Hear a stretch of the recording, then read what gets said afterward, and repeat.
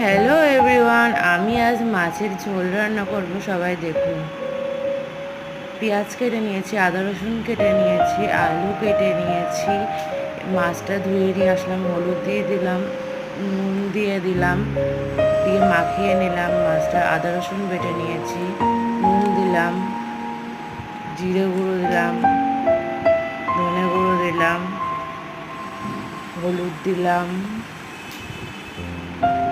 কড়াই তেল দিয়ে দিলাম। এবার মাছগুলো আস্তে আস্তে করে ছেড়ে নিলাম। মাছটা ভাজা হয়ে গেছে, জিরে ফোড়ন দিলাম, আলুটাকে ভেজে নিলাম।